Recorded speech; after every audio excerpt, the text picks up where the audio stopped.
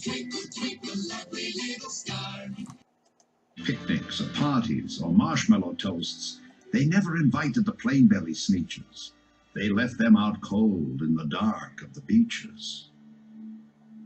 From the heights of Mooba Mooba to the gullies of Gazoo, there is nobody else who has one. We're the favorite few who do. And so I toast, raise your marshmallow stick. I toast, raise your marshmallow stick. A simulation of diversity in using the SNEETCHES.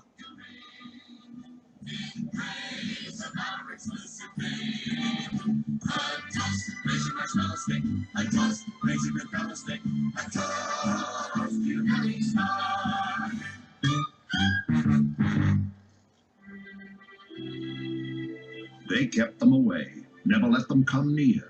That's how they treated them year after year. They got snubbed. Plain-belly SNEETCHES had none upon bars. These stars weren't so big, they were really so small. You might think such a thing wouldn't matter at all. At this point, you pass out the stars to the participants.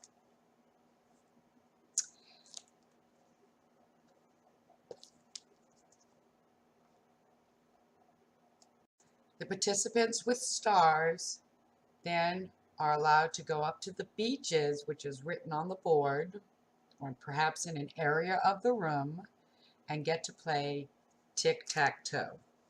Draw tic-tac-toe on the board. You can make a little beach by it. Mine kind of.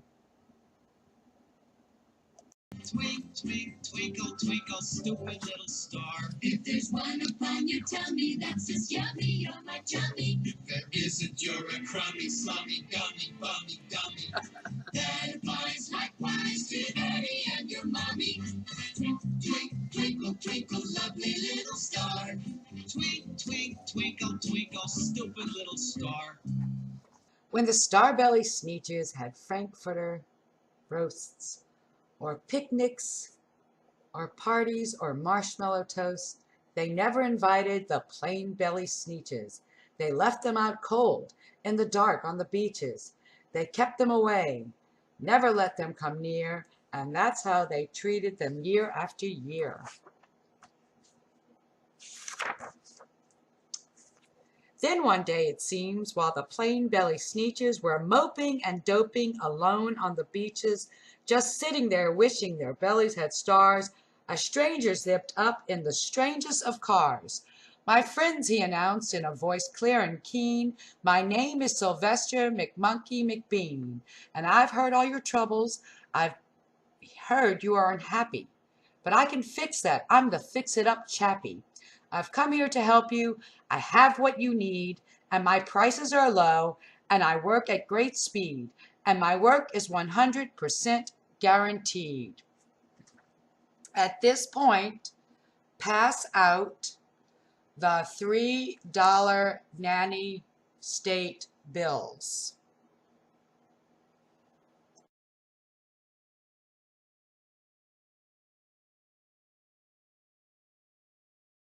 Then quickly Sylvester McMonkey McBean put together a very peculiar machine, and he said, "You want stars like a Starbelly Sneetch? My friends, you can have them for $3 each.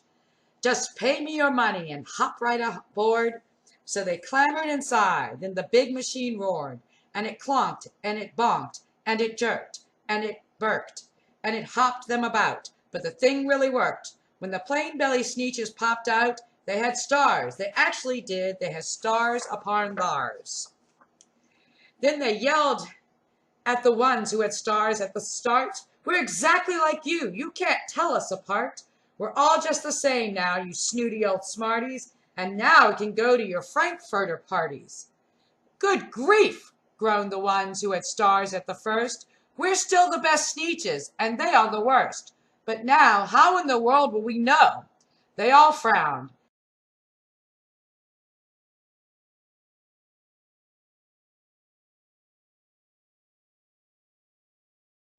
Then up came McBean with a very sly wink, and he said, "Things are not quite as bad as you think. So you don't know who's who. This is perfectly true. But come with me, friends. Do you know what I'll do? I'll make you again the best Sneetches on beaches, and all it will cost you is $10 eaches." "Belly stars are no longer in style," said McBean. "What you need is a trip through my star-off machine. This wondrous contraption will take off your stars so you won't look like Sneetches who have them on theirs." And this handy machine, working very precisely, removed all the stars from their tummies quite nicely.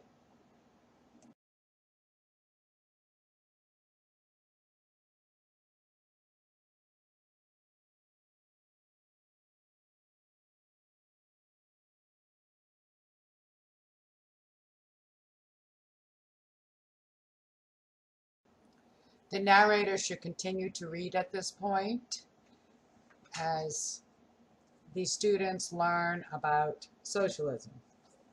"Belly stars are no longer in style," said McBean. "What you need is a trip through my star-off machine. This wondrous contraption will take off your stars so you won't look like Sneetches who have them on theirs." And that handy machine, working very precisely, removed all the stars from their tummies quite nicely.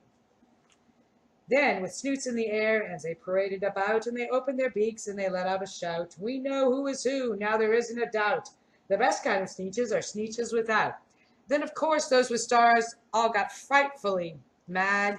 To be wearing a star now was frightfully bad. Then, of course, old Sylvester McMonkey McBean invited them into his star-off machine.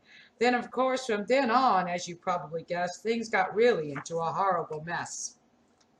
All the rest of that day, on those wild, screaming beaches, the fix-it-up chappie kept fixing up Sneetches, off again, on again, in again, out again. Through the machine they raced round and about, changing their stars every minute or two. They kept paying money, they kept running through, until neither the plane or the starbellies knew whether the one had that one, or that one was this one, or which one was what one, or what one was who.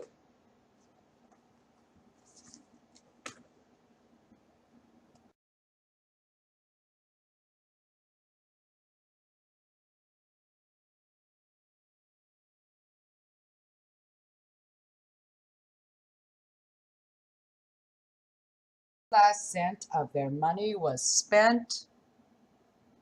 The fix-it-up chappie picked up and he went.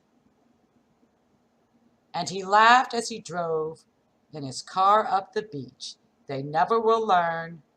No, you can't teach a Sneetch.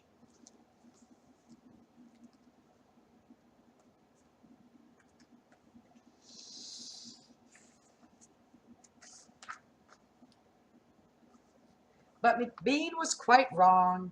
I'm quite happy to say that the Sneetches got really quite smart on that day.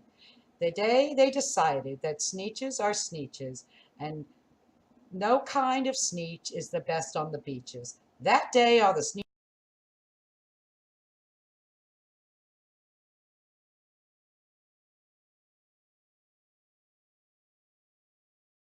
Sneetches forgot about stars and whether they had one or not upon theirs, because they didn't have any money left. So the point is for them to, the people who had stars and won the tic-tac-toe, they have to split up their money because the nanny state gave them the $10, and the nanny state wanted the $10 back.